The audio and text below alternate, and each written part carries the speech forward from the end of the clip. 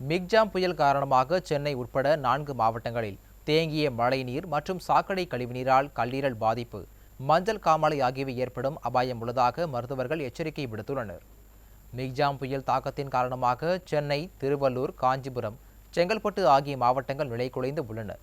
மழை நின்று சுமார் 20 நாட்களுக்கு மேலாகியும் இயல்பு வாழ்க்கைக்கு திரும்ப முடியாமல் போராடி வருகின்றனர். மின்சாரம், குடிநீர் இல்லாத சூழலில் மழைநீரோடு சாக்கடை நீர் கலந்து தேங்கியது. இதனால் மழை பாதிக்கப்பட்ட மாவட்டங்களுக்கு கடுமையான காய்ச்சல், சளி, இருமல், வயிற்றுப்போக்கு என உடல் உபாதைகள் ஏற்பட்டன. இந்நிலையில் இதன் காரணமாக மஞ்சள் காமாலை, கல்லீரல் பாதிப்பு ஏற்படும் அபாயம் உள்ளதாக மருத்துவர்கள் எச்சரிக்கை விடுத்துள்ளனர். ஆகையால் கேன் நீர், குடிநீர் வாரியம் வழங்கும் குடிநீர் என எதுவாக இருந்தாலும் நன்றாக காய்ச்சிய பிறகே அதனை அருந்த வேண்டும் என மருத்துவர்கள் அறிவுறுத்தியுள்ளனர். இல்லாவிட்டால் நோய் தொற்று பாதிப்பு ஏற்படுவது உறுதி எனவும் மருத்துவர்கள் எச்சரிக்கை விடுத்துள்ளனர். விடிய ஆட்சியின் மெத்தனத்தால் ஏற்கனவே மக்கள் தவித்து வரும் நிலையில் தற்போது மருத்துவர்களின் எச்சரிக்கை பொதுமக்கள் கதிகலங்க செய்துள்ளது.